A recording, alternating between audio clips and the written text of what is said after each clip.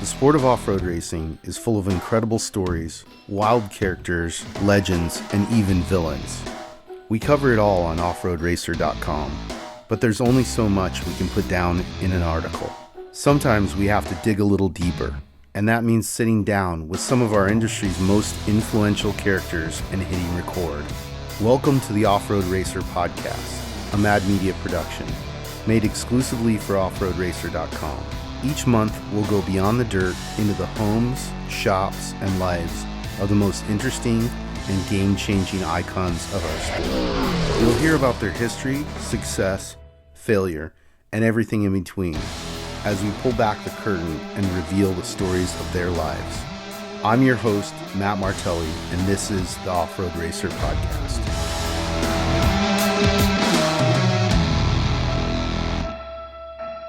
I'm Matt Martelli. This is the Off-Road Racer podcast, and I'm here with the mighty Morgan Clarke. What's up, man? What's up, dude? Thank you for having me. Absolutely. You know, I was stoked. I ran into you at Speed Metal. That was a really cool event. Yeah. And I figured, man, no time like the present to get you on the podcast. That's how I operate. Yeah. Yeah. There's always like alignment, and when it hits, just get it. Yeah. You know, if you're in line. Yeah, we're about to launch into something before we just started recording, and you know, I was saying I've been following you for a while on social media, and as a creative, like one of the things that's always bothered me about off-road racing and off-road culture is the lack of design, right? Sure. The lack of like, you know, the visual finishing part of it, which obviously you've excelled at. That's what I pivot my whole business and branding on. I grew up seeing prerunners, and I understand the angle of like why fabrication is called basic or typical. Sure. Because a lot of it is a derivative. Here, coming a little bit closer to that. A lot of it, well, or I could grab this. Yeah, right? either way. I could get a little facial. Well, however you want to freestyle, bro. Yeah, because I like this. Just imagine you're in the rap video. How do you want to look? I don't want to be in a rap video. I think that, is this okay? Yeah. Okay.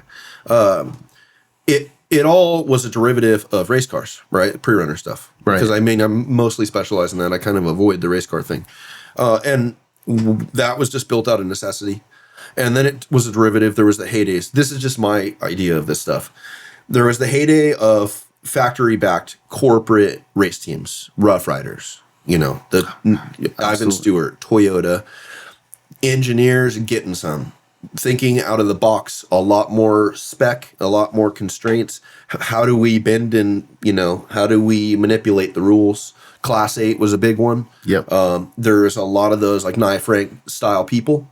Dave Clarke, all those that gives me goosebumps when I talk about those guys. Sure. That's crazy. All those guys they set the standard for years. And then what happened is just, I think, and it's not calling people like copycats or anything. It's just people see that and they repeat it and it works and it's easy and that's it. Sure. And there's nothing wrong. There's tons of like really good fabrication that can be and with race cars, you know, a lot of the manufacturers can do it because it's simple. Just keep it simple. They don't need to do that. But I think with design, there's ways to do the same simplicity, but add design, you know, and right. That's where, since I was a kid, like when I was old enough to draw, I was drawing World War II aircraft and jets and F-14 Tomcats and tanks and, you know, and then it went into hot rods and you know, P-51 Mustangs and all this stuff. And I was impacted by all this stuff, you know, transportation stuff, you know, mechanical stuff so early. And then it just trickled. I went to Art Center College of Design in Pasadena for transportation design. I got about halfway through and then I dropped out. Mostly my fault, and dropped out. But that's what I was studying, was design, because that's like my passion. And so it's a natural thing, and it feels like a gift a lot of times because I don't put a lot of thought into what we're doing. I just do it out of feel, and we get results like that. Sure. I mean, I think that's where good aesthetics start with, right? And it makes sense that you actually had some schooling because, you know, there's a lot of, you know, vehicle design that, you know, a lot of knowledge that exists that can still be applied to off-road, right? Whether it's pre-runners, street vehicles, or race cars that has yet to be applied, you know? Absolutely. There's principles with design, and it's There's a lot.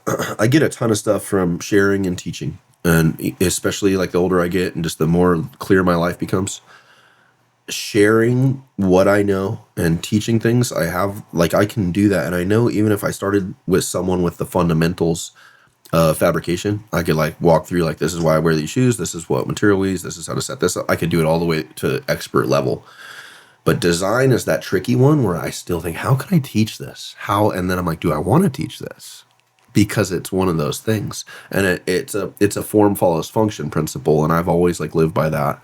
It's taking the absolute necessities of what this thing has to do, and then twisting it right to the brink of not doing that stuff, right? For style. Yeah, and it's funny because there's a truth to the ugly style of off-road. Like, I love the truggy, but it is ugly, right? Yeah. But it's pure function, right? And it's just, it looks like some street thug who's coming to kick your ass, sure. Right?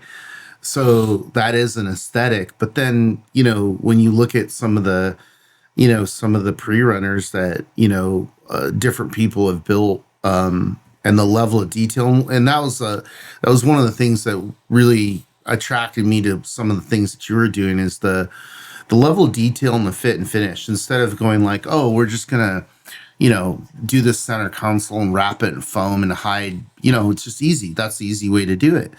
You're doing these super elaborate metal bent, like it's beautiful. It's art, right? Thank you. And it's something that I think is undervalued now. Like I'm again, like just as a designer, like one of my favorite things to do is go to the Peterson and go down into their actual vault, and nerd out on like the vintage cars that some of them people have never heard of, and look at the level of detail that they put into the metal work, on the interiors and exteriors, and just they're works of art, Yeah, and I feel like as we're fabricating stuff now and making stuff out of metal, that there should be some effort to do that.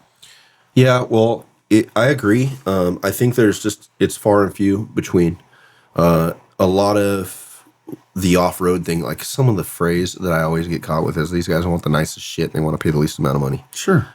I think there's a lot more appreciation and value in road cars and hot rods and things like that. Oh, there definitely is, right? And there's a bigger pool of guys, older guys or something that want to have something beautifully crafted for them that's unique. I agree, but I think that those guys are now looking at off-road and going, I want something, but I want it to be, this level of design and fit and finish. Like, Icon, the group that does all the upfitted vehicles, and now they're building their own vehicles. Like some of the stuff that they build, like to me, it's they're building stuff that's sought after, and it's somewhat conservative because they're not building like a complete pre-runner, right? But they're taking a Bronco and making it better by adding all the modern stuff and fixing all the flaws in it, right? Sure. And I think they're like 2 years out on everything, right? Yeah. So I think that demand is growing as people see these things. Like, it's an evolution. It's like first there was the Raptor, right? Yeah.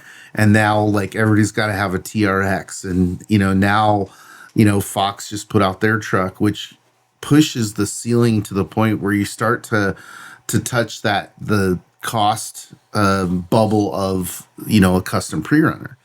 Yeah, and on top of that, it's just more reach, right? Yeah. Like, it's the same thing. Like, I never hate on other shops or anybody doing different levels of work, because no matter what, it's one more thing that's one more, car that's out in the world that gets you more eyes. And then, if it attracts a person that wants something of a higher tier, then we're here or something. Sure. I think it even started, with the pre-order stuff, even started with like the H&M F-150 kits and stuff. That's where I saw it. And I think the Raptors are great exposure and they get the job done. It's just, the bespoke level of work is what we're after. Sure. It's funny because like I had a really cool experience going to Goodwood Festival Speed a few years ago. What a gift. And you have to do it, dude. I need to. I think we should bring the Range Rover there. Dude, they would trip. Actually, the problem is that you'd sell probably 100 of them. Yeah. Right? they would trip out on it. And it's like that collision needs to happen between our world and their world. But, I was there with the guys from Singer, and they take a Porsche and absolutely make it better. The level of work that they do is absolutely beautiful. But then, not knowing that world, I'm like, okay, what, you're going to sell like one or two of these? Mm-hmm. And he walked away with 100 orders. Yeah. And you're talking about a vehicle that you start with $250,000 car as a donor car, and then they start building on it, right? Yeah, they're incredible. I mean, it's the same kind of Gunther Works as some of that stuff too, but Singer's one of those ones, but everything is custom. Like every single piece is like a one click below manufacturer level. Yeah. And they just redo the whole thing. Yeah. What was funny is I didn't get it until Rob was explaining it to me, and he's like, come here, look at our seats, right? I'm like, oh, yeah, they're beautiful, right? Hand stitched, like everything's perfect. They're pleated, like you want to sit in them, right? It's like you look at it and you're like, oh yeah, I want to sit in that. Yeah. And then he walks me over to another custom Porsche, and he's like, look at their seat, and it was stock. Yeah. And it looked like Chinese crap comparatively, right? Yeah. So it was a good illustration, but it was really fascinating to see that. And I came back, going, okay, the way that they celebrate their culture is what we need to do with off-road, because, the amount of man hours and the level of detail that go into, in particular, pre-runners is astounding. I agree. To me, like I look at it as even a geographic way, like how much desert is there? How many people are willing to spend 500 plus to, $1 million on a car and in that pool? Where does that go, and how attainable is that for everybody versus like a Porsche, right? A Singer Porsche. How much track is there? How much pavement is there? How many people in the world can drive that and use that vehicle everywhere? Well, see, I would argue that point, okay, right? Because I've had an interesting process. One of the guys who we converted to an off-roader is our lawyer. And, he is a third-generation lawyer, grew up in Hollywood, has what is a Porsche diehard, right? Had 4 or 5 of them, right? And, had like race cars and stuff. And all it took was one trip in a Razor, and his whole life got remapped. Like, he's moving out to Riverside because he needs a garage, to house all of his stuff. And he's had to get rid of a few of his Porsches, right, to pay for his UTVs and his truck and his trailer. So I think as people discover off-road, yeah, and it starts, it's like drugs, right? It's like you start off with, the gateway drug, which is, UTVs or going on a ride with your friend. And how deep are you going to go? If you're a certain type of person, you're going to go deep. And I think as people get exposed to it and how much fun you can have, like, man, I have a lot of respect for pavement guys, racing on the track and all that kind of stuff. But like, that's way different than doing 200 miles in the desert and having absolute freedom, I think that's the word. I was going to piggyback off that, and I think freedom is the ticket there. The desert is a part of our roots. It's part of how we traveled over to even California here. There's all the Western times. There's a lot of pioneering that happened with the desert, and there's that freedom, that being able to just go and take something and go through something that's not constrained. Right. Your daily life is constrained. You're on a freeway. You're commuting, you have to obey a speed limit, you have to drive a certain way, and then you get to go, and even on the track, it's very similar to that. It's still constrained, and there's limits, and then you go off, and then you're off the track, and then you're not on, and it's a bust. The desert is one of those wide open things, and that's the feeling. So even in a side-by-side, which I'm not a side-by-side person, and I've done very well not having to be a side-by-side person, but even when I was younger, I rode dirt bikes. I raced District 37. I did Hare and Hounds and a lot of races in the desert, and it's the same freedom you get. You're inspired by like, wow, we're out here. And then like, it's quiet and you can turn your car off and you can just be there and present, and I think that break from reality is also a huge thing, whatever vehicle it is. Totally. I totally agree. I wasn't a UTV guy, but I got converted. Fun per dollar, right? Yeah, copy. But let me ask you too, like, so you're in art school, right? Yeah. And I've done out study courses there for marketing communication, and it's interesting because it's a very narrow path, right? Like you go in and there's these high paying jobs as a designer that everybody's kind of vying for. And being an off-road fabricator isn't one of them. So what made you, what made you make that turn, or was that always your goal, is to, acquire the knowledge and apply it to off-road? Absolutely not a goal. If you had asked me most of my years of life, even I want to say up till 26 or so, I would have never imagined, building cars and doing off-road stuff. It was always, just like you said, it was the dream for me to be an automotive designer or a transportation designer, to work at a corporate office, a big design studio, wearing suits and, doing that whole thing. And that like I said, 2009 was when I got pulled from Art Center, and it was really my doing. I was just fucking off. And my stepdad and mom, it was already hard. It was like recession. They were in the fabrication business. It was tough. They couldn't pay the bills if I wasn't doing the work. That was a turning point where I was like heartbroken, because that was my only expectation I had in my life and my goal.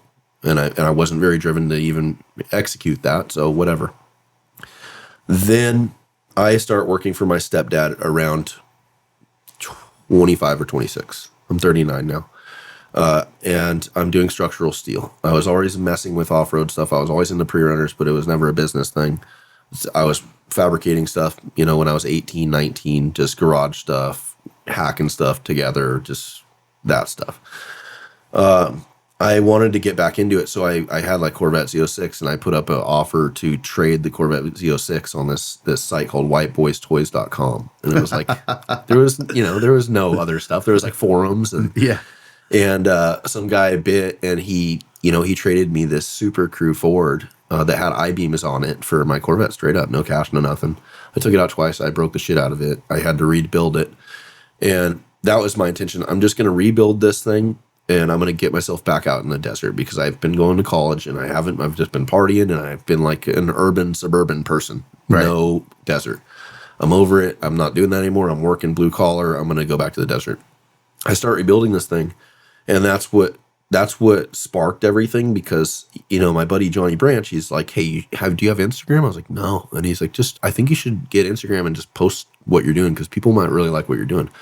And for me, that working on that truck I call Beth, that was my pivotal moment, because I had artistic diarrhea on that thing, where I did a lot of crazy shit that didn't need to be done, just because I was so pent up. I hadn't done stuff for so long. Yeah. And it was just my thing. I worked 410s, and then Friday, Saturday, Sunday, I was in that shop. I wheeled it in on a big cart, and then I'd work on that thing 14, 16-hour days every single weekend. And that was what got me some attention. And then, I had a falling out with my stepdad. I'm kind of giving you a short version here. Sure. I had a falling out with my stepdad. We lost my mom. All the cancer stuff just went sour. And Jamie, I had Jamie Campbell with Raceco. Mm-hmm. Jamie and Johnny. Oh, yeah. Yep. So Jamie Campbell, I had to get my tie rods bent. Not straight tie rods on an I-beam car, but I had to get them bent, and they were 375 wall. I didn't have a bender. I hit him up, and then he knew who I was from Instagram, just from posting my truck. And when I got down there, the classic thing I remember, he's like, when are you going to stop building fucking ladders and stairs and build something cool? Right. He's like, why don't you come work for me? And that resonated. So then when I had that fallout with my stepdad, I hit up Jamie. I'm like, hey, are you serious? Like, I need a job. And he's like, yeah, come down. And that was the first time I remember, and that's like what my story always revolves around, is I was building these rear shock mounts on an F100. It was Michael and Aries F100 that RJ rebuilt. Mm-hmm. It's red and black single cab. And I remember I was like, oh my gosh, the first week I'm like, dude, I'm able to build cool stuff and get paid. Yeah. And this is really, and it wasn't about how much. It was just the fact that I was able to do something I felt value in every day. Sure. And that was such a key to me. It's so energizing. Yeah. You know what I mean? Once you realize that and get to that point, then it's like, every day is like, all right, I gotta go. I gotta get to work. I want to accomplish these things. I want to design and I think too, like it's kind of a statement and a question is like the creative process, right? Like I hear people talk about like they need to do something to get their creative juices flowing. I'm not like that. Like I woke up at 4 this morning and started immediately. My brain's like this and this and this and this, right? And I'm like I'm designing T-shirts this morning at 4 o'clock in the morning. You know what I mean? Yeah. So what does is that the same with you? Are you just constantly thinking about new ideas and? No, I mean, we have it. The toughest thing for me is figuring out how to like, and this we'll pivot into this, but like is figuring out how to make other sources of income because I'm so focused on the projects. I don't think in the larger scale because I obsess on those things. For a while, I would obsess on projects. I would go to sleep at night thinking about what I'm going to do in the morning, and then I'd wake up in the morning thinking about what I'm going to do for the day, and I'd repeat that every day.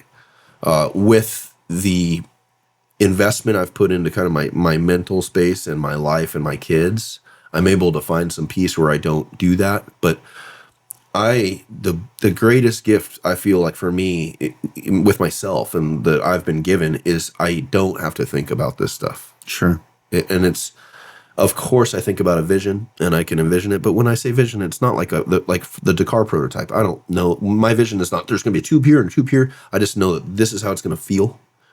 And we're going to do everything under the skin of that thing to make it feel like this in the end. Sure.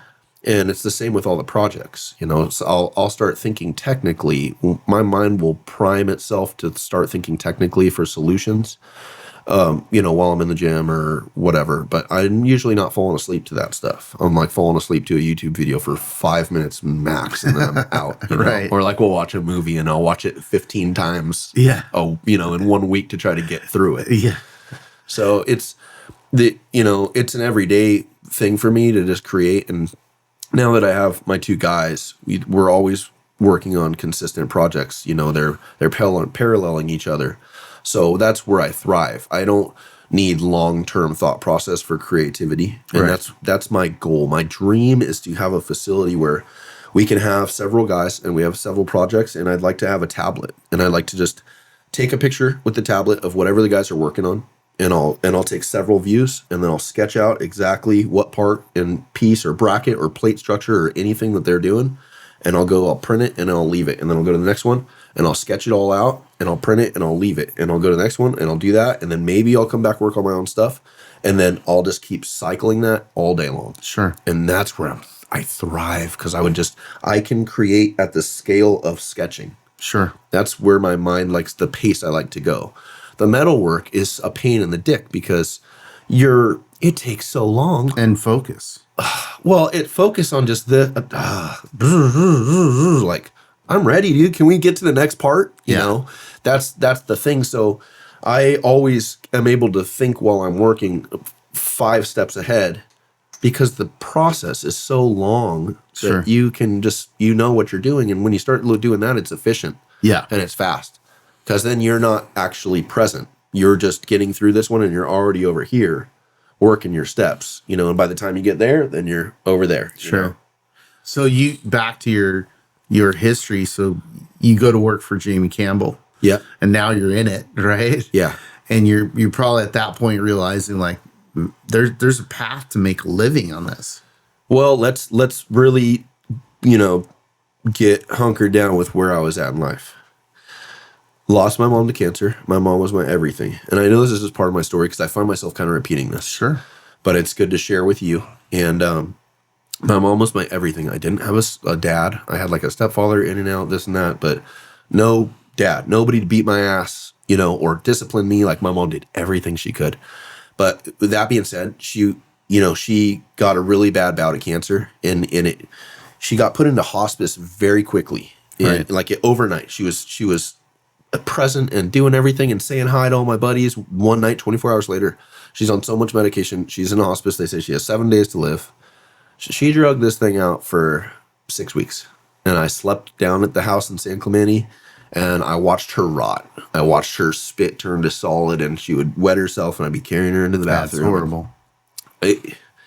I wasn't going to leave, but it got to that point where I was just, how long are we going to keep doing this? Yeah. This woman is like deteriorating. Yeah. And I was doing everything I could. I was sleeping in the bed, and she would have like her heart rate would spike, and I'd call all of her friends. She was in AA, so she had all these sponsees and all this, and all of them would show up, and we'd think she was passing, and we'd say our goodbyes, and then she'd pull through.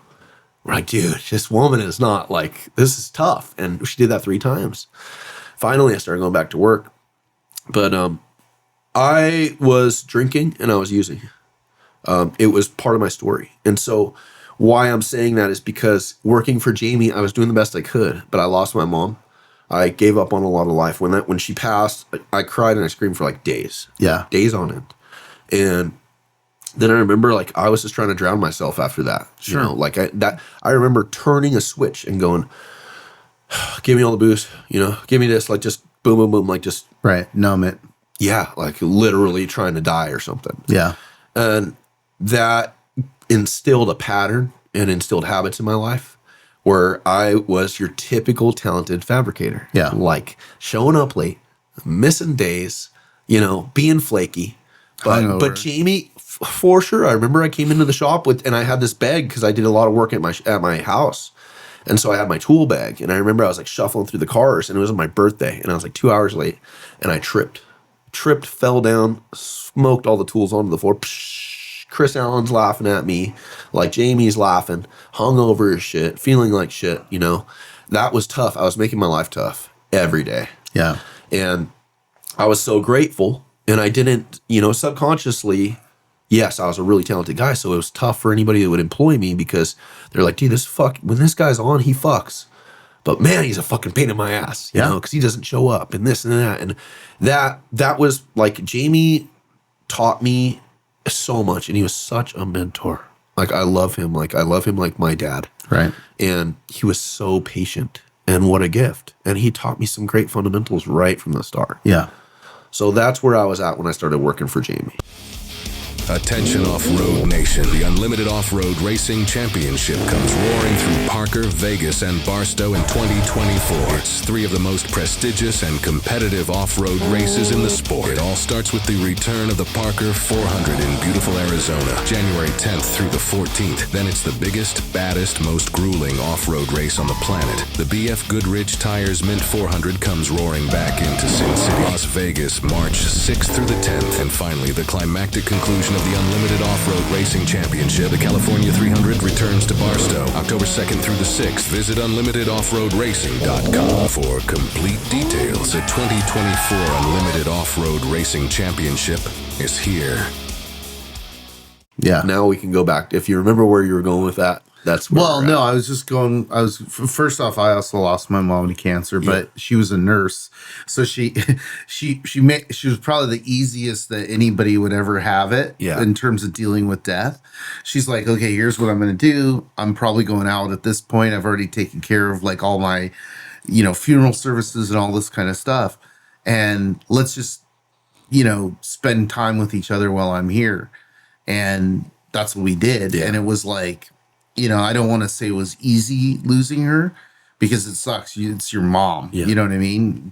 I don't care who you are, how tough you are. That one is, I've lost other friends to cancer and stuff, and all sorts of drug overdoses, all sorts of things, right? But when you lose your mom, that is a heavy one. Yeah. And it's hard to. I still go, oh, I'm going to call my mom, right? It sucks. And everybody goes, oh yeah, it's going to get easier. I don't think it gets easier. I think it just gets almost compartmentalized. Yeah. Right. But for me, it comes up, right? Like every now and then I'm like, fuck. Yeah. You know what I mean? And, but back to your time with Jamie is like, it's interesting to me because there's a lot of guys out there who want to, follow their dream in fabrication, build their own shops, build race vehicles, build pre-runners. And, you've had a pretty, a pretty successful path in not just, I don't think just what you've done, but because you've been so open, it's inspired a lot of people. Like that's one thing I will criticize about a lot of the other builders, and I think a lot of it is that it's they're older, and so they didn't grow up in the era where sharing everything was cool. But you've been doing that, so it's been for me, being an off-road nerd, I love watching it. Yeah, you know what I mean. I love, I'm like, oh, okay, cool, right? I think let me cover all that. So I don't feel like I've had a successful path. I feel like I have had a motherfucking crash course. Sure. And I'm not a victim. I don't mean that. Like, I don't want to do something where I go back in my Back to the Future and I change something and it upsets where I'm at now. Sure. Because I am appreciative and grateful for everything. Right. Bad, good, who gives a fuck? I'm happy where I'm at now and I'm grateful. But I have learned everything the hard way. That's the thing. And I've finally tapped into being clean and living a healthy life. And that's, because I went to work for Kevin at H&M. I went to work for Adam at Galley Customs, and then I went to work for Kibbe. And through all those times, same thing, same guy doing the same bullshit, and having that crisis. When I had the fallout with Kibbe, that's when things changed in my life. But really, why do you think you were doing that? Not understanding how to deal with myself. Yeah. Feeling uncomfortable since I was a kid. I think that, I also think my mom gave me a huge amount of unconditional love. And I've really been thinking, like, I go to therapy and I'm trying to figure out everything. Sure. And I think my mom gave me so much unconditional love. It was oversaturated. It was like everything. And so I would require that. And if I, when I met my wife, she would start doing that. And then if anything went bad, I would need that all the time, almost like a love addict. Mm-hmm. And so I'd do whatever I needed to feel that same feeling that I felt when I was a child, and it was the best feeling. Right. I'm like chasing my childhood love feeling. And I think that's a large reason, dealing with trauma and just coping. Like once you start, like I said, when my mom passed away, that's when I really felt that accelerate. And then, our son Logan, he drowned in the pool. When he was 2, he drowned in the pool and he died. He came back to life, but he was dead for 30 minutes. He was in a coma. Like, all those things, not dealing with them properly, it just puts a habit into your brain to think how to deal with it. Sure. And then you just piggyback on that. And unless you're willing, it's the classic recovery thing. You have to be sick and tired of being sick and tired. Yeah. And I was sick and tired of that. And that's the whole thing, that crisis when I was at Ryan's, there was a lot of times where I said, I'm never going to work for anybody ever again. I don't have money. I don't have tools. I don't have a shop, but I promise you, no matter what, when this is over here, I'm never working for someone ever again. Right. And people used to tell me dude, you should be doing your own thing and this and that. But I was so fucked up, creating guilt and shame and doing shit.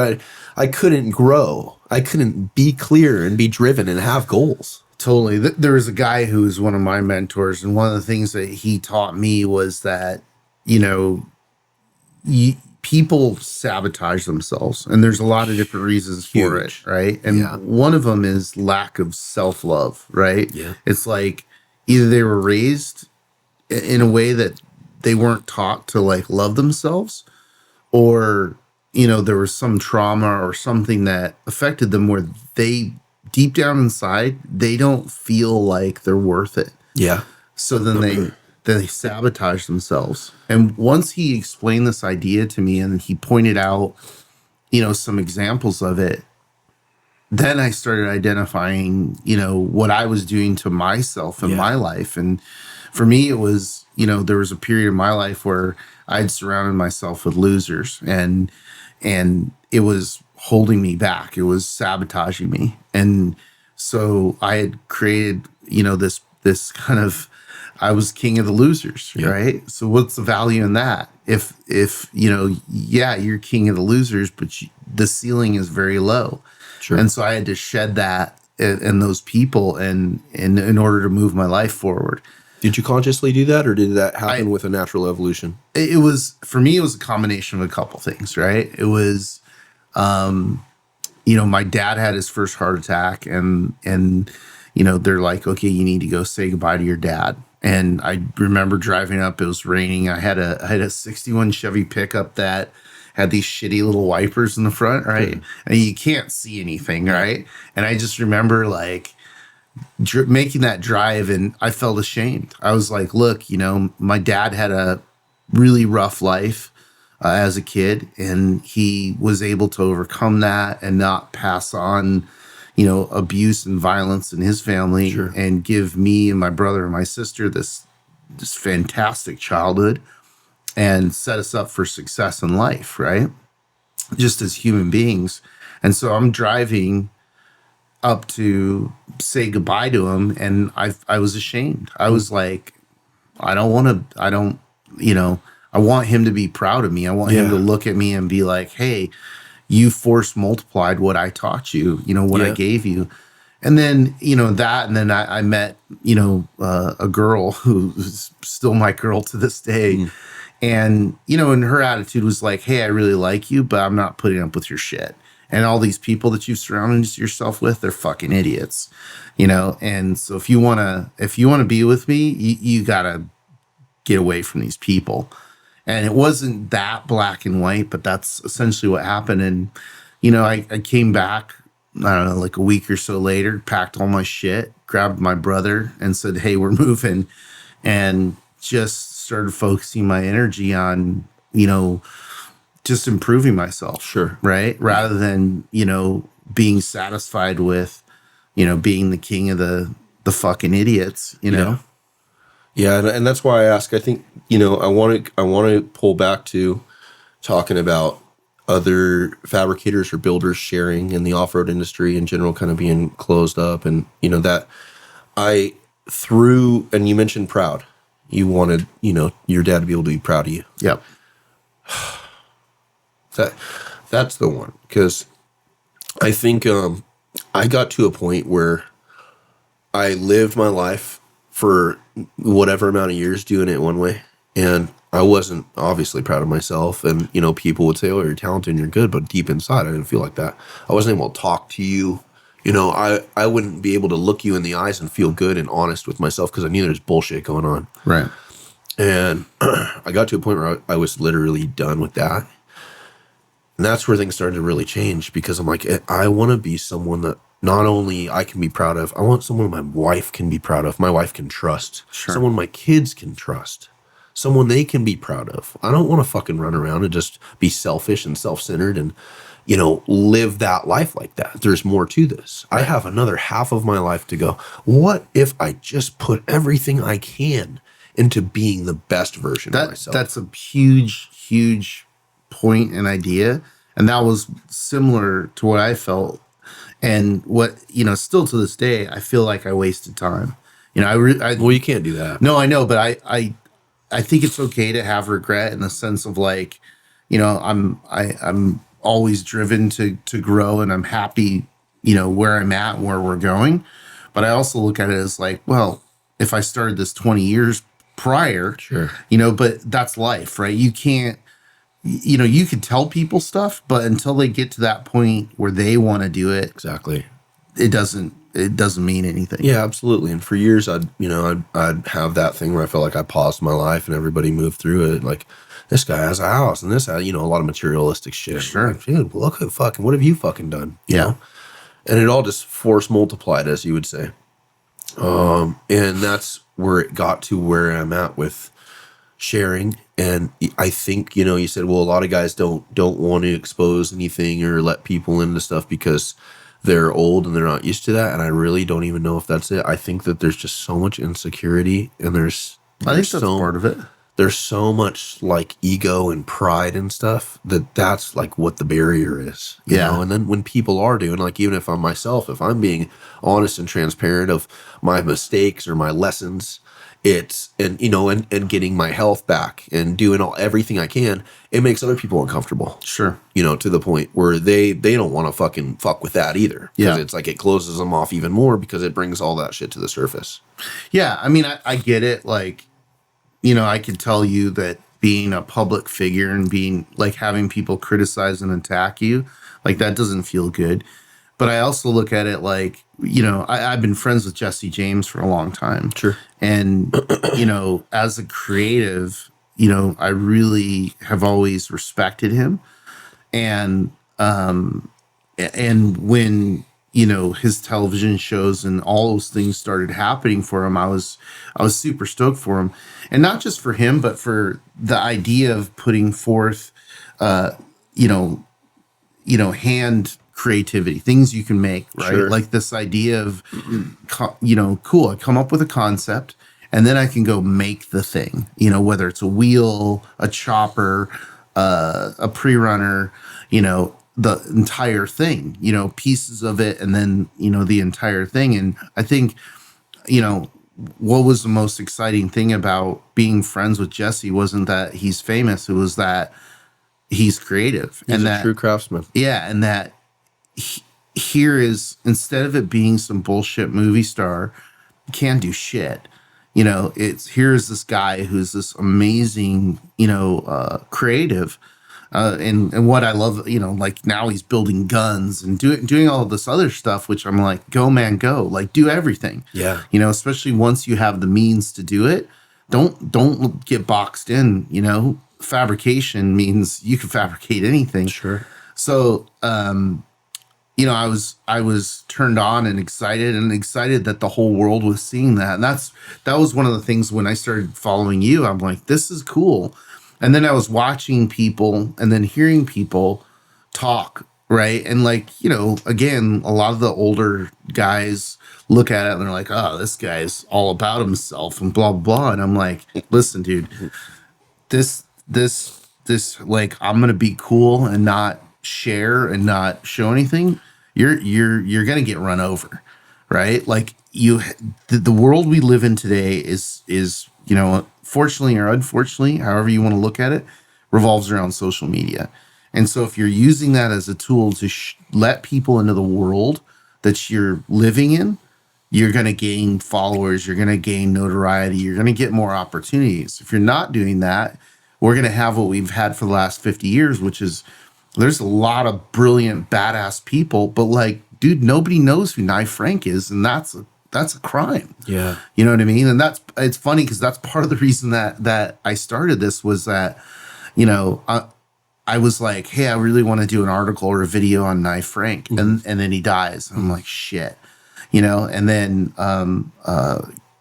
Gil George dies. Like these guys who are very pivotal in our culture, who deserve to be recognized, pass away without any digital reference to them. Yeah. Because the other problem that I identified is for the last 3 decades, I grew up on print magazines, right? Yeah. None of that stuff is digitized. So all those articles we grew up reading and seeing and, the photography and all that stuff, it's gone. Yeah. Right? No kid now can get on the internet and find that stuff.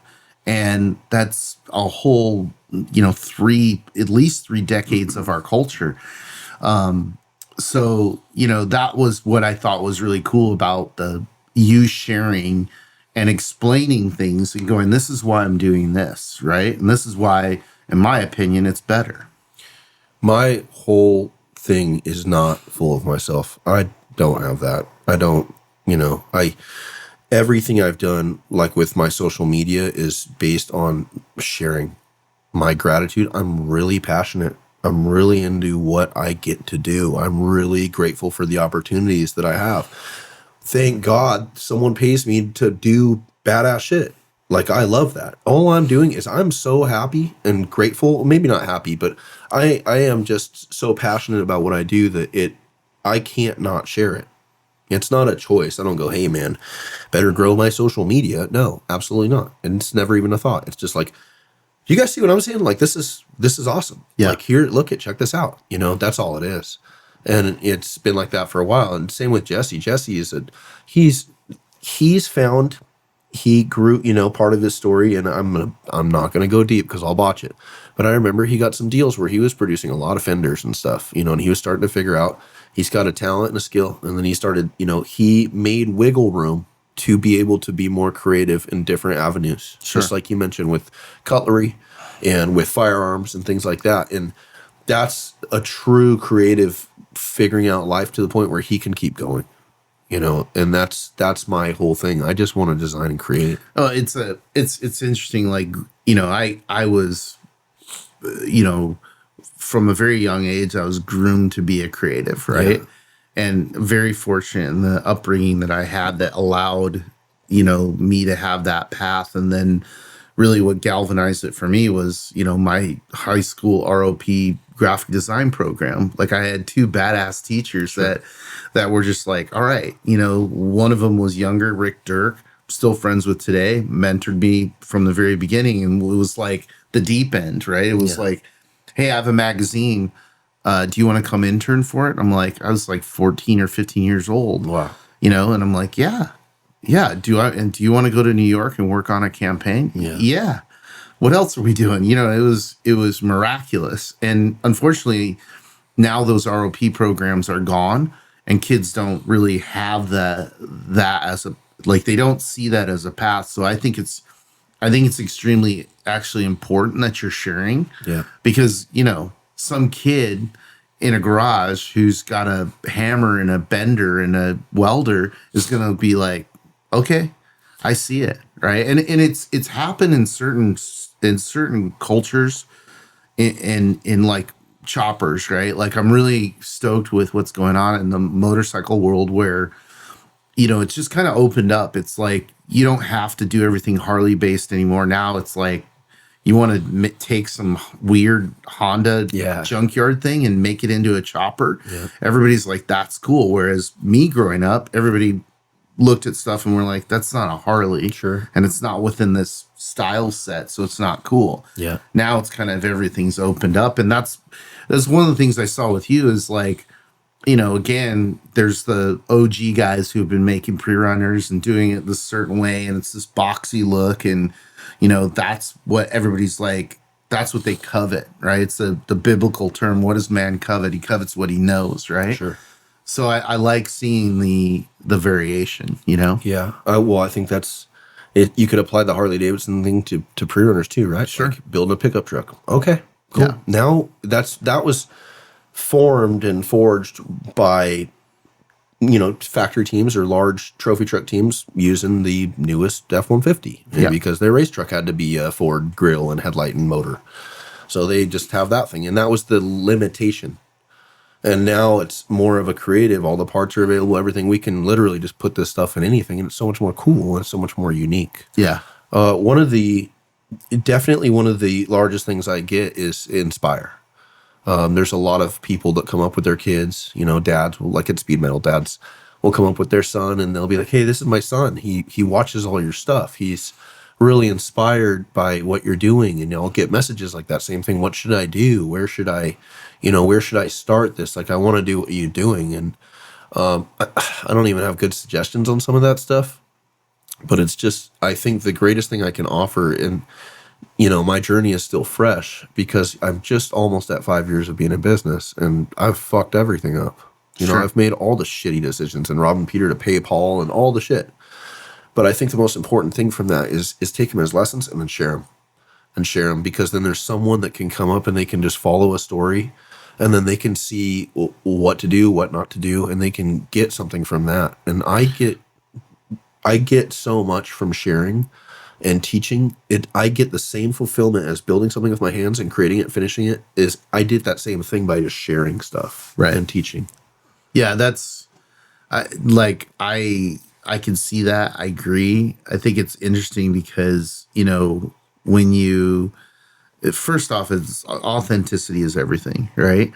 But secondly, I think humans want to, I know humans want to identify with other humans, right? Sure. So the way that brands and businesses are now, I believe that we've gotten too corporate, right? It's too removed from, the human element, right? And so you see these brands like I was talking about it the other day with a friend of mine that's in the alcohol business, right? And he was breaking down why Tito's vodka was successful, because it's Tito.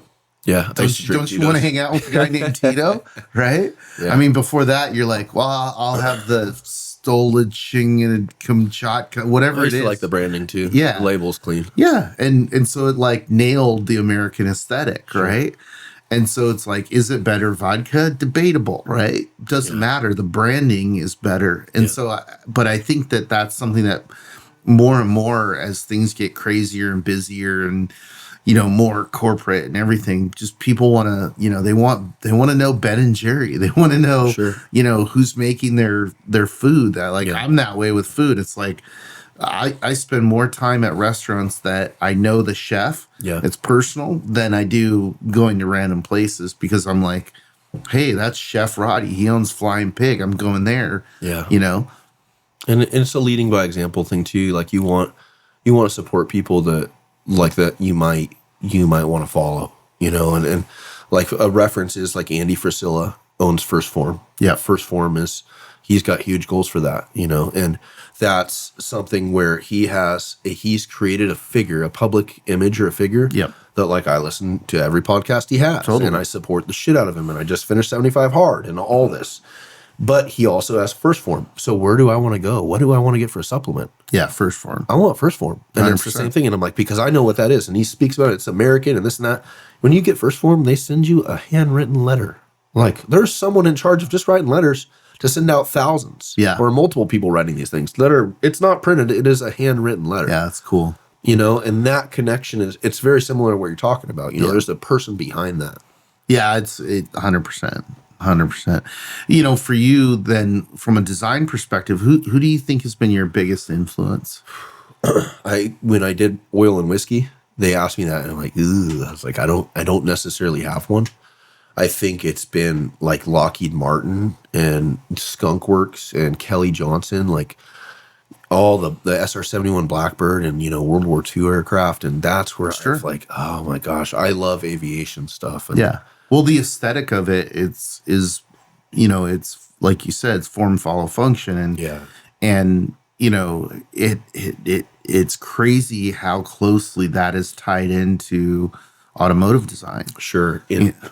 Sorry, I didn't want to interrupt. No, I was going to say related to related to Art Center. So, you know, one of the people that I'm friends with and, you know, somewhat of a mentor is a car designer named Chuck Pelly who designed the Scarab, right? And that car, you know, that design permeated throughout car design, right? Like I can look at cars today and be like, that came from this, right? Yeah. So it's just I'm always curious as to what influences other creatives and what they're looking at for an influence. The one guy, Matt Walrath, I like spaced on it. Matt Walrath was the huge inspiration for me for metal fabrication. Do you know Matt Walrath? No. His Instagram is up and it's worth looking at, and you'll understand. It's very tightened, clean, meticulous, overly worked, beautiful stuff. And I want to say 2001-ish, 2002, and maybe into 2005. Desert Rangers Forum, and then Race Desert Show and Tell Forum. He had the ultimate backyard Chevy Prerunner. Long 30-page something, 25-page something. And this guy was in his grandmother's garage. And he had a bandsaw, and he would do everything with a bandsaw and a TIG welder. And he was just in there. And it was like his space. And no motherfucker affected his creativity. It was, oh my gosh. Like the plate work and the overlays and the cuts. And, you know, when I heard, I'm like, how does he get the internal cuts? Because there was no plasma tables or anything. He wasn't doing any of that. They said he'd just cut the blade on the bandsaw, and then he'd get it in the middle, and then he'd weld it, and then he'd cut that one. And then he'd do 40 more of those. Wow. Yeah. You know, like tweaker shit. Yeah. But the end result was so outstanding and incredible. And he was kind of one of those guys. You know, he was kind of reclusive. Yeah. I know he dabbled in drugs for a while. You know, I think he did get clean, and it catapulted what he was doing. I think the last off-road car he worked on was the Bryce Yarborough's 6100, the certified heat treat. Bryce is not with us anymore. Right. But that was his spec truck that he built. And it took a long time, but it was a marvel. Yeah. It was so wonderful. I love it. It's one of the things I love the pre-runners. You know what I mean? Like same. It's a thing that to me, it's the tangibility of racing and then street vehicles. And like, So a race vehicle, now this is $1 million, right? If you're going to be at the top, and it's function, right? Sure. And so you throw out a lot of aesthetics because you're like, yeah, weighs too much. It functionally that's going to break or whatever it is, right? But that's on one spectrum, and that's pure function. And on the other spectrum is street vehicles, which is, compromised. Everything is, hey, we got to compromise this because we got to get the price down. It's got to be plastic. And if you look at where we've ended up with cars, like it's crazy that we're paying more for cars that are less valuable, less durable, are going to hold their value less than ever before, right? Oh, it's a complete wash. And then in the middle, you have pre-runners, right? The bespoke stuff that's being built where it's like functionally it can do all this stuff off-road and, potentially drive on the street as well, depending on what state you're in, right? But it allows for all this creativity and more like just more aesthetic, more art, right? Absolutely. And I think we're coming into the beginning of a renaissance of it because I think, like I was saying before, more people are recognizing this, right? And going, you know what? I'm not going to spend, $150,000, $200,000 on a Lambo that I can't even get up to speed, right? Because I'm in LA traffic all the time or whatever it is. I'm going to get a pre-runner. I'm going to spend $100,000, $200,000, $300,000, and I can step off the pavement and go rip. Yeah, you know what I mean. And I think that as that permeates our culture more, it's a joke, but it's a truism. The minute we see those in rap videos, it's a rap, right? Yeah, because that's what when you look at what is America and what does the world covet, right? And it's like right now it's okay, supercars, but I think super trucks are coming. I see that. I think, for design with race cars, Mason and maybe Herps or what is it, 19 now? 19 Industries. Yeah. Yeah, I mean they have a lot of heritage, and I think they're the ones that put really simple, clean design into stuff. Sure. The top two. Yeah. The pre-runners, for sure, you get that variable of packaging constraints too. Sure. But there is something, pre-runners are my thing. I race cars, and it's not in a disregard or a negative way, but race cars don't do anything for me. Like a fiberglass cab, I could care less. Yeah. I don't. It's never been a thing to me. I've never had an aspiration to drive a trophy truck and race a trophy truck. It's never. It's always been that pre-runner because what you get, that human feeling you get from seeing like a steel cab or something like with headlights and taillights, manufacturer parts sprinkled on them, and then it's completely functional. But then it's like what you would dream of that car looking like because the proportions are blown out and it's got big tires, and then you add the functionality to that. Like you're driving a machine. This is a machine now. Like it's making noises that aren't normal, and it feels very sturdy and planted.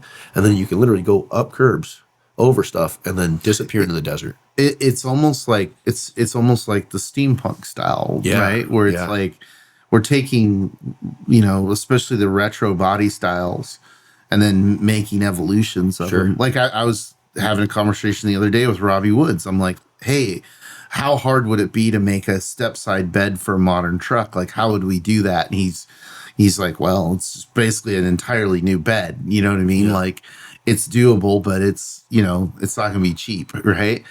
And because I look at modern trucks and I really hate the design, and understanding design, I understand that that's been born out of this corporation trying to maximize profits and go like, hey, now we're not going to sell you a headlight. We're going to sell you the assembly. So when your headlight goes out, now it's $600, right? Yeah. So I understand all those functions, but like when I look at modern trucks for the most part, and a lot of modern vehicles, the design sucks. It's not exciting. So when something does come out that you can tell that they put some effort into, then it really stands out. Sure. Yeah, the modern car thing is tricky. I remember at Art Center, I took like vehicle architecture class, and a lot of that you go like, well, what is with it? Like, because what they're designed to do is they're designed to be like 10 years ahead of the curve. Sure. Of trending design. So that's why a lot of times you see something, you're like, this is fucking ugly. And then give it like a year. And they're like, not that bad. You know, like I remember when the Cat Eye Chevy came out. Yeah. Everybody fucking hated that. Yeah. Everybody hated it. Like, what the fuck did you guys do? Yeah. You know? And then, boom, like now people kind of covet the Cat Eye. Sure. And it's very similar. And it might be like that with these new Chevys or something. The Fords are ugly to me too now. Like they're big grills and crazy, you know, their branding is bold, you know, or whatever. Bold moves or some shit. So Yeah. I think a lot of that is just adapting to the trends. You know, the manufacturing part, of course, like a headlamp assembly and all that, that's money and power. See, I have a more cynical view of it. Yeah. And it's based on my experience in action sports, right? So like what we learned coming up in skateboarding was that we were the trendsetters, right? Yeah. And that these corporations love to create rationale for why things are, but they can't make anything, right? They can't concept something and see it through, right? Sure. And that's where, like, again, I have a huge respect for, you know, fabrication, you know, and the ability to, like, you know, sketch something out from your mind and then make it a physical thing. You know, people are all in awe of the, you know, now the 3D printers. And I'm like, that's cool. Like, it's a cool tool. But like you have to come up with the idea that tool's going to make, right? And that's where the magic is. Yeah.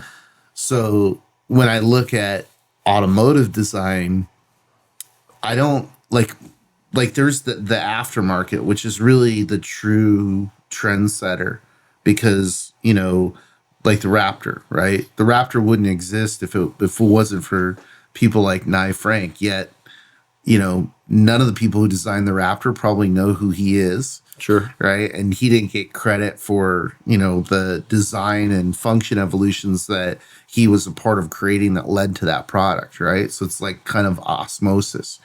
So I see cultures create trends, and like in off-road, like that's a big one that's happening right now, where every manufacturer right now is trying to figure out how to build their Bronco, their TRX, their so on and so forth, right? Yeah. And I think what will be cool, like let's pick on the Bronco, right? Because there's some things I like about it, but then I look at it and I'm like, I would lower the roof line. Like there's a lot of things I would change with the body style of it. And the aftermarket will, right? And then they will look at it and go, oh yeah, we're going to adjust our design to that, right? Yeah. So I think like and then when you look at the history of automotive and how hot rod culture and off-road culture and then tuner culture, all Southern California, right? For sure. All completely changed design in automotive, you know, I mean, dude, I saw a Supra the other day, stock that comes with a wing, right? Sure. You know, there's a reason for that. They're paying attention. They didn't just show up and go like, hey, let's throw a wing on this and see what happens. It's like, no, I guarantee you those guys have been watching Fast and the Furious and watching drifting and going, hey, this is what, you know, you think is cool. Let's evolve the design. Sure. Off-road race fans, the third annual California 300 off-road race comes blasting back into Barstow this fall, Thursday, October 3rd through Sunday, October 6th. Don't miss your chance to see hundreds of the country's elite desert off-road racers go door to door on a brutal 300-mile desert race course and witness the exciting conclusion of the unlimited off-road racing championship season. Visit thecalifornia300.com for more information and to purchase spectating, camping, parking, and VIP tickets. The California 300 returns! I mean, part of the Super thing, I think, is that, you know, the very legendary one. I forget what version they call that thing, but that one had that wing. Yeah. Remember? Like that big thing that followed back there. It's Yes. very organic. Yep. And it was if you look at it from level, the wing's designed to be the roof line. So you never actually see the wing, you know, but that was Toyota. Yeah. So I think they're just shit in the bed to not pay homage to that. And I think they missed the mark, and then they have to be reminded by culture and car culture to get with it. Yeah. You know? No, 100%. You know, now going forward, are there other designers or other, fabricators that you look at and you're like, okay, he's doing some really good stuff. This is an influence. I don't know if like I said, I don't think I find inspiration, but I can tell like Sam Hall Fabrication. He's one that like I'll feel something. I'm like, ooh, this guy's got something. Sure. And I don't know if it's going to be something more optimal than what we're doing, but it's something where I can feel his creative is there. Sure. Yeah, it's funny. Like for me, I'm multidiscipline creative, and I get influences from all over the place. Like I was telling the story the other day, but like I by happenstance, a friend of mine goes, "Hey, you need to look at CJ Ramon from the Ramones Instagram. Awesome. He's into off-road." And I'm like, no fucking way. Right. So I look at it, sure enough. And so I DM him and I'm like, he's not going to, this is CJ Ramon. Like this guy's busy. He's traveling the world still playing. Right. And, obviously the Ramones were a huge influence on me and, millions people. Right. So he hits me back and he's like, yeah, man, right on. I said, hey, I own the Mint 400. I'd like to VIP you, if you're interested. He's like, hell yeah. Can I bring some friends? And so he brought the guys that he's racing with. And, we ended up getting him a ride in a trophy truck. And, he was stoked. So we have dinner. We're sitting there talking. Sure. And he's like, you got to go see the Punk Rock Museum in Las Vegas. And I had seen advertisements for it, but I thought it was some corporate thing to get kids. And I was just like, whatever. I don't really have time for that. So he kept bugging me about it. And so I went, we were out doing some pre-running, looking at course. And on Saturday I went at 12:30 and I walk in, same thing, kind of expecting this like lame watered down thing. And I walk in and there's Slim Jim Phantom from the Stray Cats standing there going, yeah, I'm giving the tour. Dang. And I'm like, okay, this is cool, right? Already it's cool, right? Yeah. But what I didn't know is that he grew up with his two best friends being Lemmy from Motorhead and Joe Strummer from The Clash. So the stories that he told in this 2.5 hour tour were like incredible. Yeah. And again, being a creative, what I was very curious of is like, where did you guys come up with these ideas? How did you come up with these ideas? Like, what was the environment that was created to just create punk rock culture? Yeah. And he did a really good job of breaking it down, but I like left that like, hey, I gotta start designing this, and I got this, I have this idea and this idea, and 20 ideas at least came out of that, just that 2.5 hour tour. Sure. So that's why I'm curious about where your inspiration comes from. Yeah, and I think the more that you look at it, like nature, it has some of the best design principles you will ever see ever. Yeah, colors, patterns, shapes. Like you want to start going in on that. Like that's nature has done that, and there's just a ton of guys on Instagram building different stuff. Yeah, that like it's just it's not so much off road for me. It's just all kinds of stuff. Like it's never been something pivotal where it's just been off road. Yeah, I'm the same way. Like I if somebody looked at my Instagram, they would be like, yeah, this guy's disturbed. Like there's all this creative stuff. And then there's a bunch of MMA stuff and a bunch of off-road stuff and food stuff and, on and on. So yeah, we live crazy. Like my wife, I call her a witch, and we have like, we have a problem buying like horror props and stuff. So like our house has possessed full-size nuns in it, with sharp teeth and blood coming from them and upside down crosses, and there's Ouija boards and there's organs in jars in our kitchen and stuff. Like there's a lot of different stuff, like tons of animals. And I think all of that attributes to finding a flow and creative. Sure.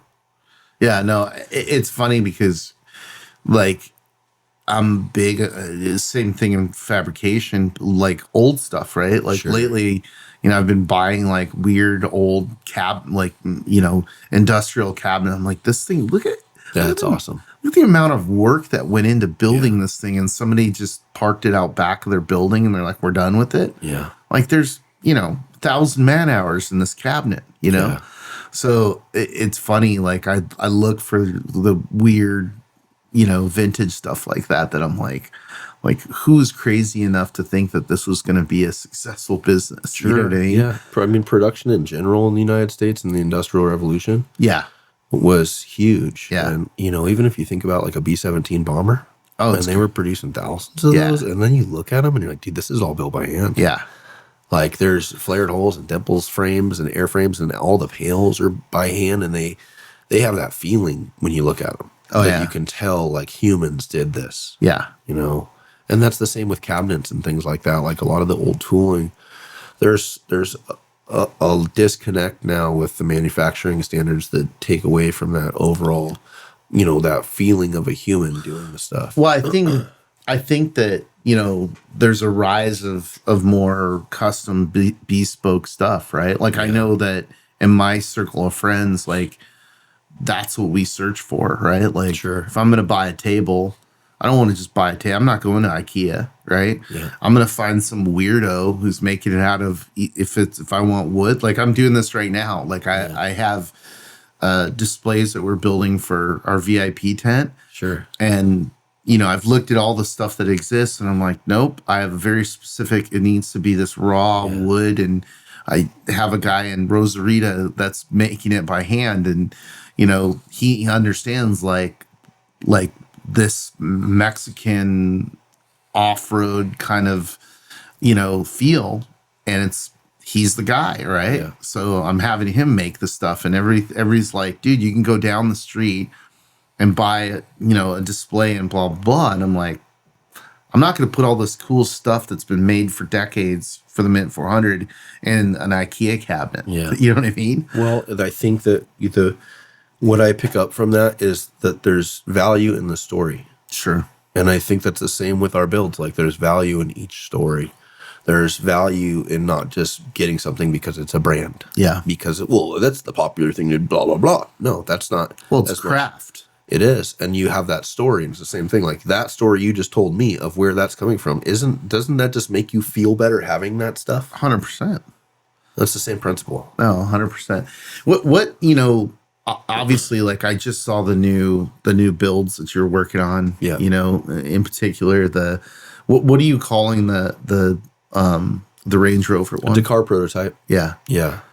Now that, the tricky part is I'm marketing that for something greater than the United States. Right. And I think that's going to be, like you mentioned, a hyper-performing car. Sure. I think that can hit Laguna Seca corkscrew at a good pace. I think it will perform on the streets. I think it will perform on a racetrack.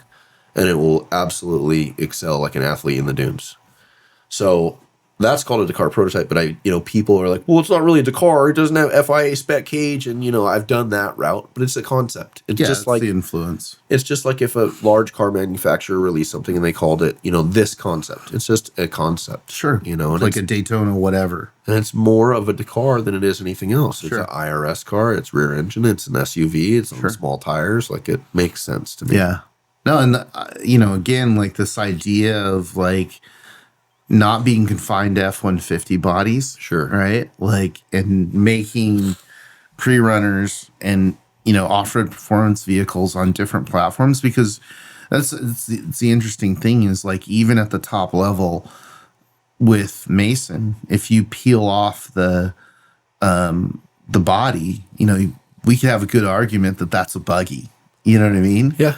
Or a truggy. Yeah, or a truggy, right? Yeah. And with the direction that they're going now with their new stuff, it's even further that way, right? Sure. So it's interesting, Well, those are purpose built. Yeah. There's a reason. They're building to me, Mason is the nicest, highest quality, highest performing off-road race car you can buy. Yeah.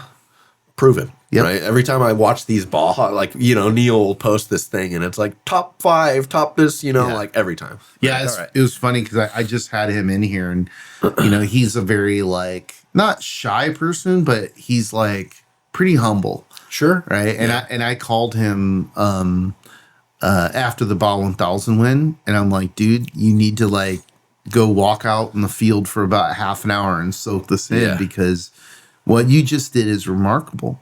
You know, when you think about the evolution of all-wheel drive and all the people that have contributed to it, but then these two brothers from Lake Elsinore with zero engineering experience were able to accomplish it. And like they have some, yeah, you know, and they have some because, you know, I remember when we were at Jamie's, we had a nasty little V6 7 Unlimited truck that was a Mason chassis. Yeah. All MIG welded. Oh yeah. Just dirty bird, just basic thing. So they cut their teeth. Yeah, no, they did. They came up. I mean, they started building UTVs back in the day, right? Yeah. And, you know, but to see that evolution and understand that, like, it wasn't a factory. Sure. It wasn't a giant team of engineers with, 100 million behind them. It was, it was the Mason brothers, right? And, for them to then achieve it, the R&D process is just, people don't, again, like, I was there for some of the failures. Like Ricky Johnson invited me up to drive to ride in one of the trucks. And, Ricky and I have a long relationship, and, he was trying to scare me. He was scaring me. Right. Yeah. And it was, he was excited and wanted to show me how capable this vehicle was. Well, that day we dumped a tranny. Yeah. And, I was like, okay, I know what that costs, right? Yeah. Like, it's like somebody died, you know what I mean? Yeah.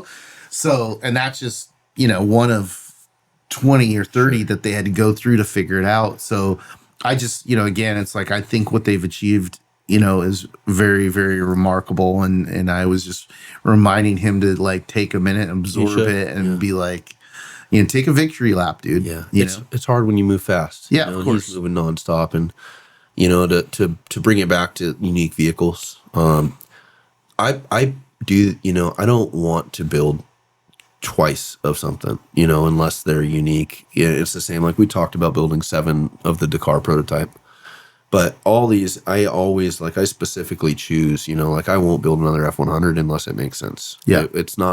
I'm not going to ever produce a production line of cars, because that I'm in it for my own selfish reasons, where I need to be excited and passionate about this. Gratification. And I'm not going to get that building just a Silverado or something, unless it's something we can really make it ours. Right.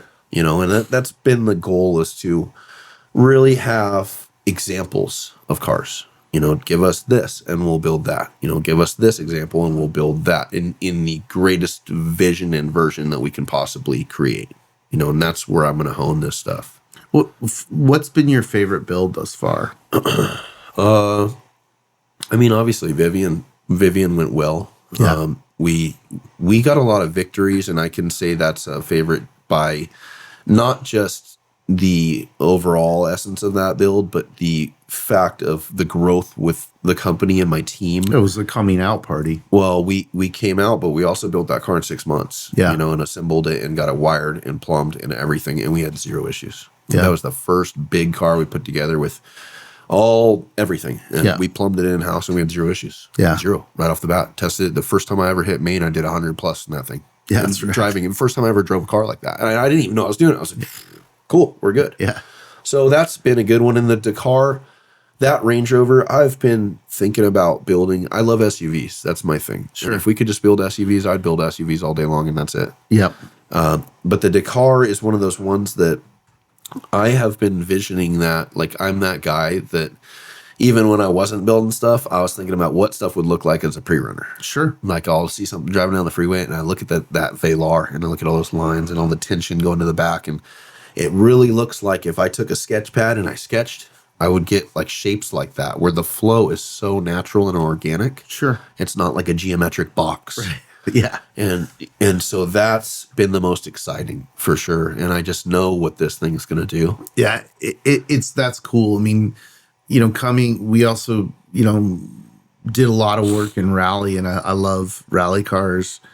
And when the VWs came, I was pretty excited. Like, okay, cool. Like, does this mean VW is going to have these aftermarket accessories for that platform? And they didn't. Yeah. And I think they screwed up by not doing that. Yeah.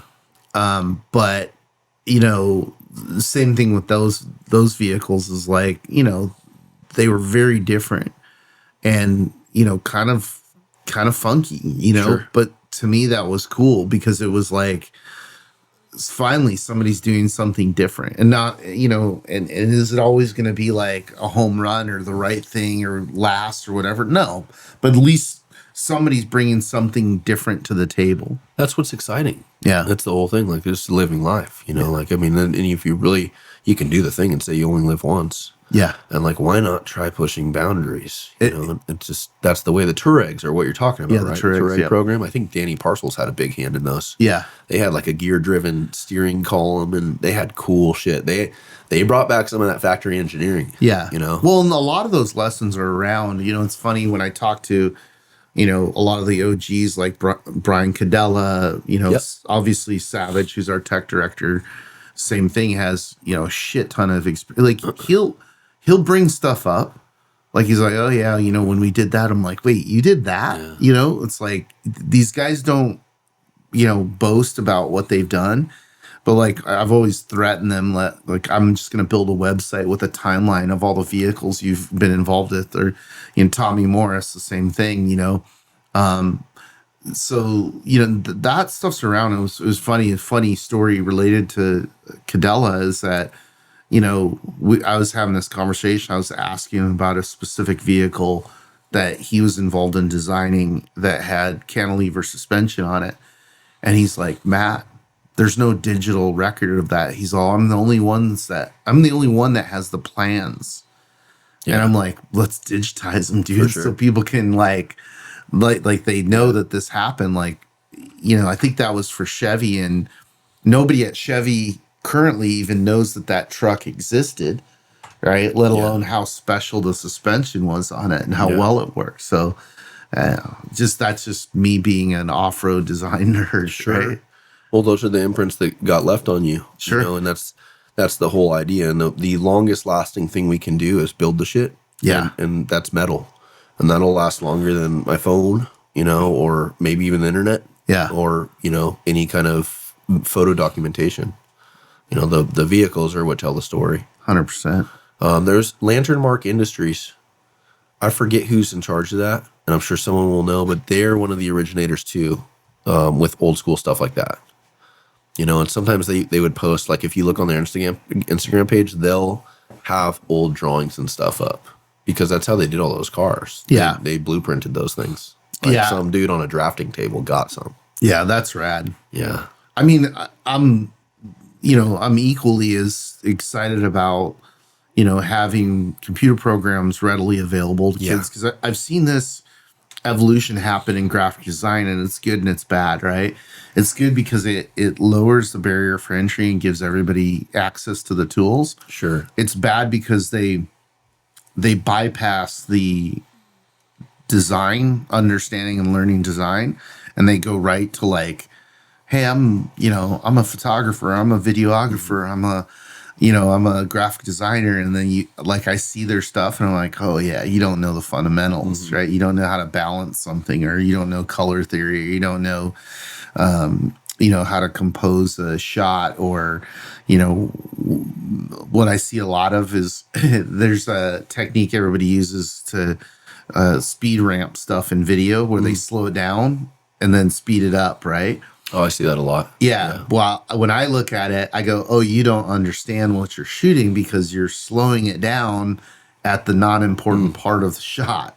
Yeah. Right. So they've got the tool, but they're kind of applying it like a monkey would, like, let's put it here. Yeah. Right. And there's no reason for that. There's no rationale. But that's just not understanding the fundamentals, or not just starting out. And like I always use martial arts as an analogy. It's like somebody, gets a black belt sent to them in the mail, and then they get in a fight and they're like, whoa, they're going to learn. Whoa, what happened? I thought you were a black belt, right?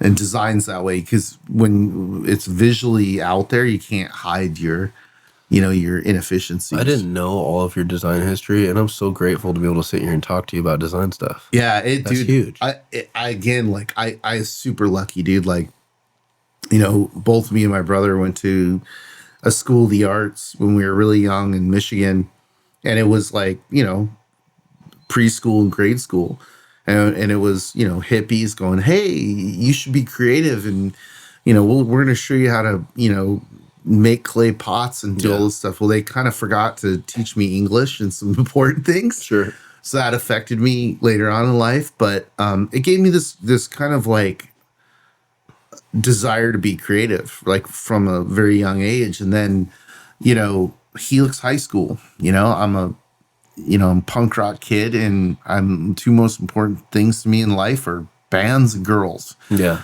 And or my band and girls. And I wanted to make shirts for my band. And I think I was like 14. I walk into the ROP program, and it was like a whole world opened, and I was fuck up and not going to graduate. And it was really funny because they're like, oh, you're going to have to go to adult school. And I'm like, okay, well, what's that? How's that work? And they're like, you're going to have to, every day, you're going to have to stay 2 more hours and do schoolwork.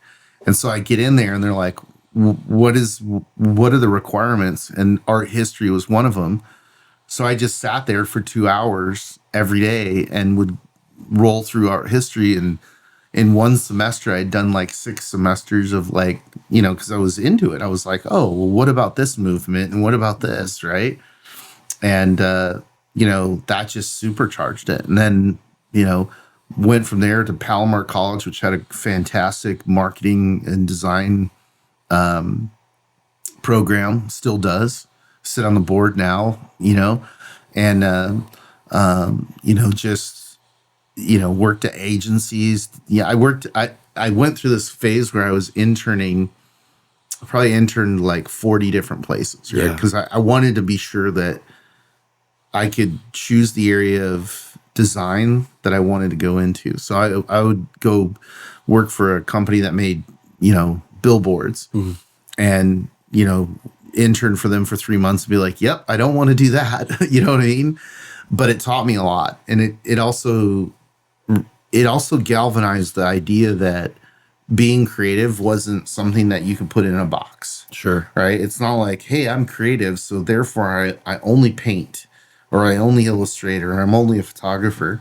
What I realized for myself was that all of that influences me. And even when I'm trying something that I suck at, that has an effect on something else, right? Absolutely. So, now when I sit and talk to other creative people, I'm like, okay, cool. So what influences you, right? What is the thing that you're like, all right, I turn on the Slayer and I get in the zone, or whatever it is, right? Yeah, and I think that's a huge thing. It's sometimes what I equate, say, you had 30 internships. All that is like tools in your toolbox. Sure. And then you get to a point in your life, and that's what I feel like when I say like, oh man, I've had a crash course or whatever. But at the same time, everything I was doing, it all stacked into a toolbox. So then that's what makes me who I am now, and what lets me have all my creativity and my freedom now. Yeah. It's all stacked from that. Yeah. No, that's rad. Now where you're at in your business, obviously, we were at at Speed Metal, and you were talking about a trophy truck build that's underway. Well, we have the Dakar prototype, and that thing like slipped through. Like, I've been trying to push that build for a while, and I had fallouts and this and that, and it was never even in the direction it is now. So it's like everything happens for a reason. It looks pretty close. It's not close. It's just rolling. We're gonna strip it all down. It's gonna get all billet trailing arms and all this crazy shit on it. But we knew we could get it to a roller to have a proof of concept. Sure. But that's number 2 to what we're building. We're building an all-wheel drive Prerunner. So we're using Mason 4-gear portals, Mason front diff, Mason T-case, Lamborghini V12 out of an Aventador mid-engine, and then it's going to be a McLaren seating position. So you'll have like old F1 McLaren where you have middle driver in the front, and then right where your hips are where your passenger knees are on each side of you. Yep. And the kind of decision we've been making, we were like, what do we use for a cab? Because that's the thing, we're not going to use something basic. Right. If you used a Toyota, like I like the new Toyota Tundra 4-door, but if you use it in 20 years, it's just the same as all these other things. Yes. So Ryan and I, we're going to develop our own cab. We're going to sketch what looks like the ultimate Prerunner cab. Maybe it's an SUV or some kind of shooting brake or some kind of hatch. And we're going to literally do the nastiest proportions possible, full hand sketch. And that's going to be the cab with door sills, seals, windows, completely carbon, but air conditioned and sealed. Badass. So that's going to be That's going to be called the MCD1 Prerunner, and we're just going to put a fork in it. Psh, that's it. Because that's right now that's the pinnacle. I don't think anybody's building a big 4-gear portal all-wheel drive car mid-engine, like essentially the same architecture and packaging as a Mason all-wheel drive. Yeah, but a Prerunner. Nice. Yeah. And so that'll use a Lambo V12, 780 horse, leave it naturally aspirated, and we're willing to take one on the chin with the Lambo motors. If they fail, then we'll figure it out, but we believe in them. After that, there's a couple more, like just full builds that are different and unique, but really we're going to pivot into doing a couple cars. And we have a pretty heavy program laid out to do an old car. That will be called the Blackbird. And that's like, I don't want to curse it. I don't wanna, but I promise you that like the next brink of like where we're pushed with complete creative freedom and like that is my ultimate like dream car that we're going to be able to build, and then we're going to build 2 more after that. So I have like stuff lined up that's amazing. Nice. Yeah, that was going to be my next question, is like, without considering time or money, what would you want to build, right?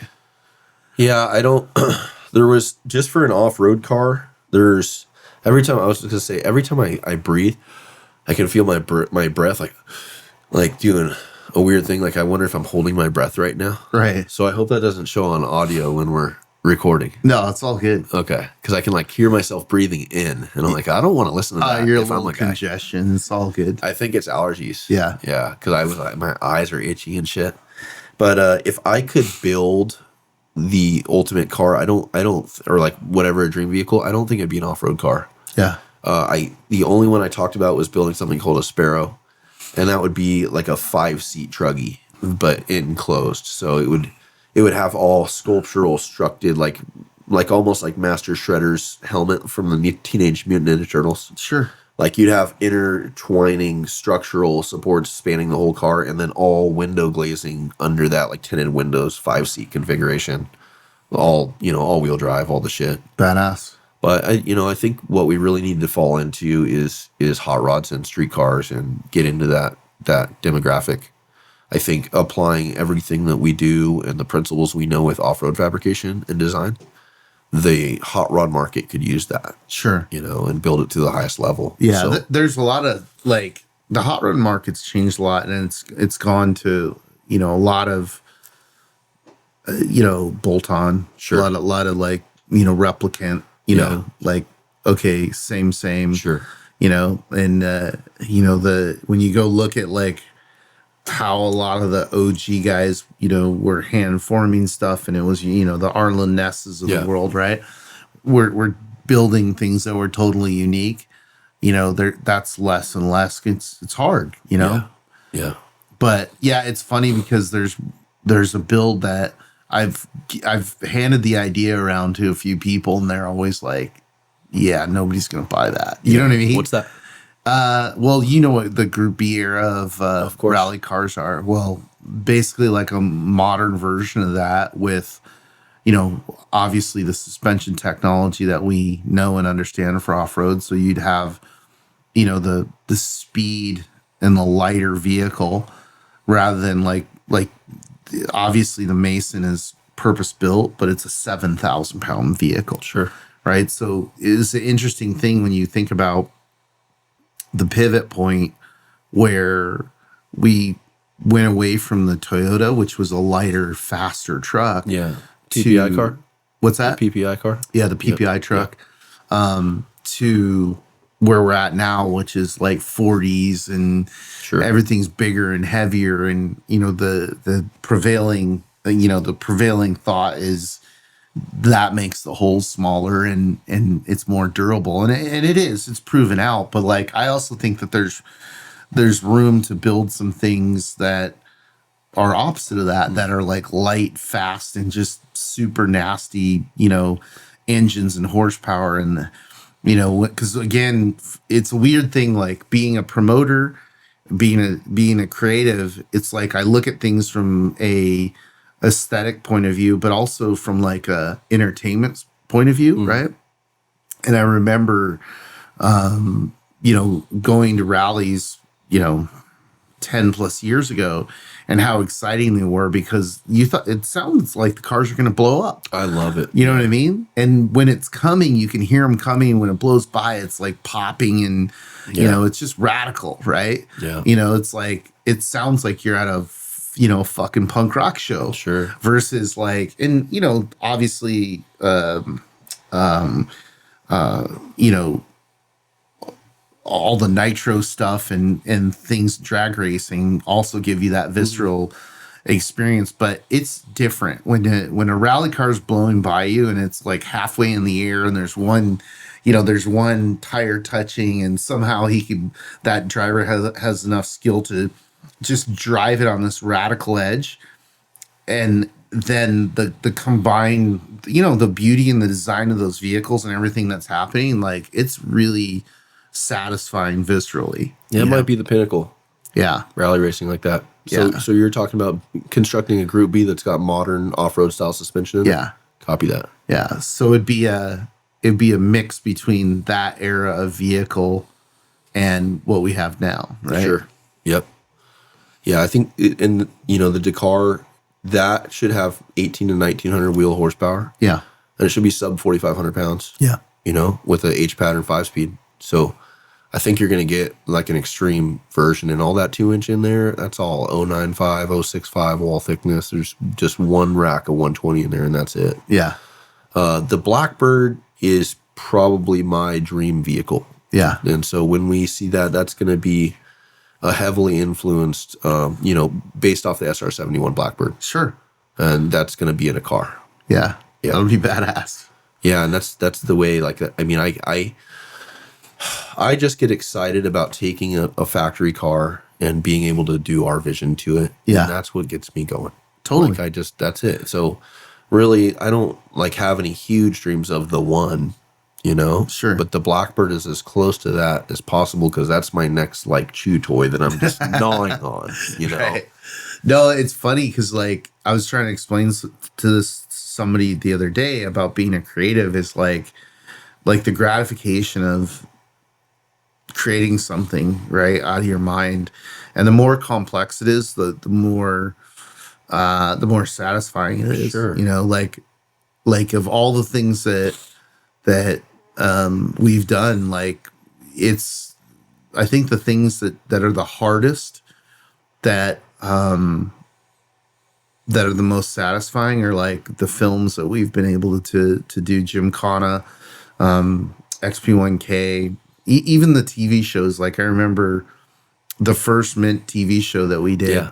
You know, like we were able to implement some new technology with red cameras and do some stuff that people had never seen before, right? And we blew some minds, and we expanded the audience, because that television show was a 1-hour show that went on Fuel TV, and it was the editing phase. That was like my brother does all the editing, or did all the editing at that time, and we had some really passionate arguments about the final outcome of it. And I was really proud of that piece. So but then once it's over, you're like, oh, all right, On to the next one. On to the next one. That's very similar, with like the builds too. I fantasize about the concepts, and I'm all, people ask me, well, do you, like when Vivian rolled, right? They're like, well, how do you feel? I'm like, dude, I don't care.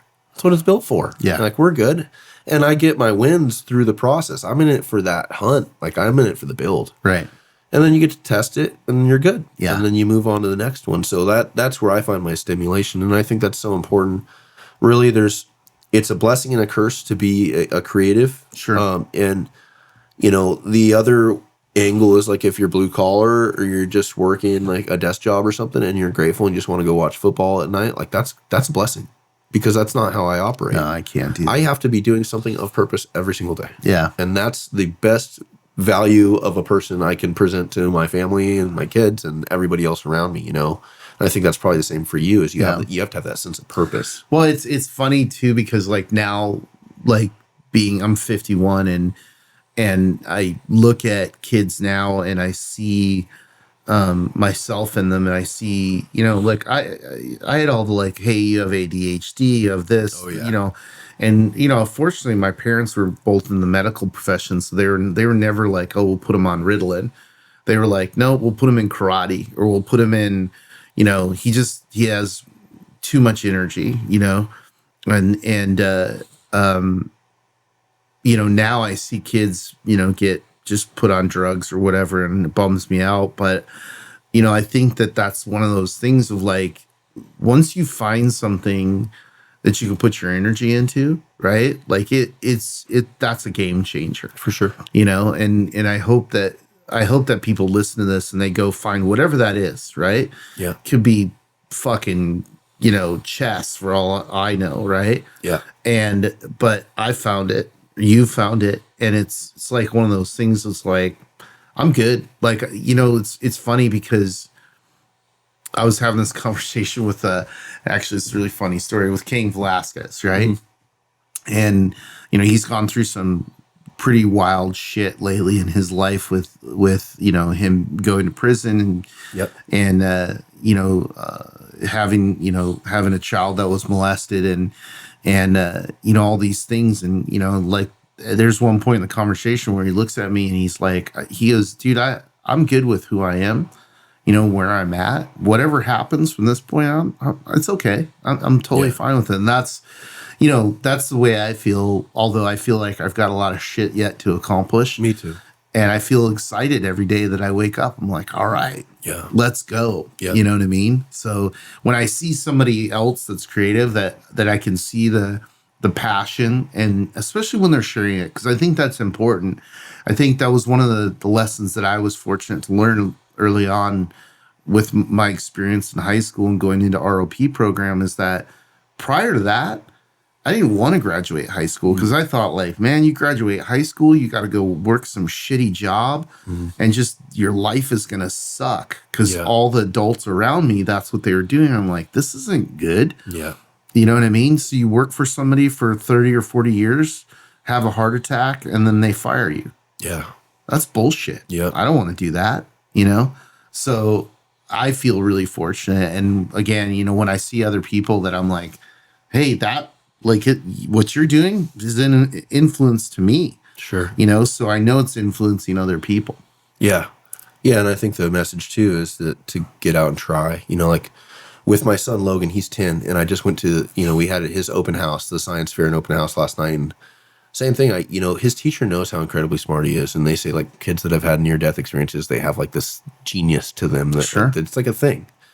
And I see so much of my bullshit in him with ADHD, you know, being only hyper-focused on what you're into, failing essentially at everything else, right? You know, and that was the important thing that she mentioned is, like, I said, well, how do I expedite him, like, finding what he's truly passionate about? Like, what, how do I speed this process up? I don't want him to get to, or he's in his 30s and he's like, hell yeah, I found it. And then you're in your 30s. Like, how do we help him get there? And just like you mentioned with your internships, like, you already kind of fell into a groove. And then you had to fine tune your groove, and you had to try a bunch of different stuff. And I think that's the hugely important thing. If someone's just a tad bit into something, fucking try that. And if it doesn't work, fuck it, and then go to the next one. Well, I think it's interesting because it's part of why, like, I have a lot of friends from Europe, and they get through high school and then they're told to go travel. Yeah. Right. And go figure shit out. It's not like, hey, now you need to go to, you know, college for 4 years or 6 years or 8 years, right? So, you know, it's going out and experiencing things in life and figuring out, like, what is it that turns you on? Yeah. Is it music? Is it food? Hell, you might want to be a corporate lawyer, and that might be what turns you on. You just have to go figure it out. And so I think that Europe has a little bit better grasp on that concept of, like, this is how we make better humans that are going to be happier at what they're doing. Yeah. Just, they're an older culture than we are. Sure. So, you know, I think you let him experience as many things as he can. You try stuff. Some stuff he's going to be like, Dad, this is bullshit. I don't want to do this, you know? It's just like trying new food, right? Try it once, you can cry a bunch, and then just try it once. And if you don't like it, you don't like it. It's the same kind of deal. It's just at a larger scale. Exactly. Yeah. No, that's awesome. Well, that was awesome, man. Thank you for coming. I really appreciate the time. Thank you. keep building badass shit. Yeah, thanks, Matt. I love to hear your story, and I love to be able to relate to you with design stuff, and I'm so glad you can kind of see that. I had no clue that we were going to immediately segue into design and form follows function, because that's something I pride myself on. Yeah. And the fact that you can identify that right off the bat is huge. Well, it's one of the things that I really love about being in the position that we're in, where we're the cheerleaders of the culture. Sure. Right.